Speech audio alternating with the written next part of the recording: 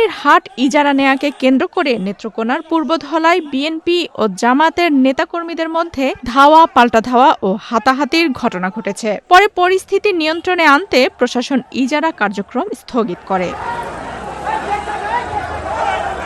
২০ মে বুধবার দুপুরে পূর্বধলা উপজেলা পরিষদ হলরুমে এই ঘটনা ঘটে। উপজেলা প্রশাসন ১১টি ইউনিয়নের ৫৩টি স্থানে অস্থায়ী পশুর বাজার ইজারা দেওয়ার জন্য গতকাল বিজ্ঞপ্তি প্রকাশ করে। এরপর আজ ভারপ্রাপ্ত উপজেলা নির্বাহী কর্মকর্তা তাসনিম জাহানের উপস্থিতিতে প্রকাশ্যে ইজারার ডাক শুরু হয়। এ সময় বিএনপি ও জামাতের নেতাকর্মী ও সমর্থকরা উপস্থিত ছিলেন। এক পর্যায়ে ইজারা প্রক্রিয়া নিয়ে দুই পক্ষের মধ্যে তর্ক বিতর্ক শুরু হয়। পরে ধাওয়া পাল্টা ধাওয়া ও হাতাহাতিতে রূপ নেয়, যা উপজেলা পরিষদ চত্বর পর্যন্ত ছড়িয়ে পড়ে। পরিস্থিতি নিয়ন্ত্রণে আনতে প্রশাসন ইজারা কার্যক্রম তাৎক্ষণিক বন্ধ করে দেয়।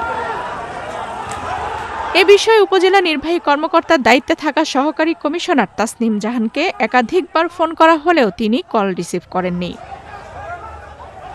অন্যদিকে পুলিশ সুপার মোহাম্মদ তরিকুল ইসলাম বলেন, বর্তমানে পরিস্থিতি স্বাভাবিক রয়েছে। অভিযোগ পেলে আইনগত ব্যবস্থা নেওয়া হবে বলে জানান তিনি।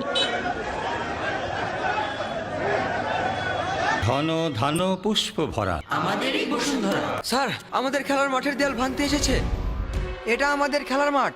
আমরা তো এখানে দোকান বানাবো।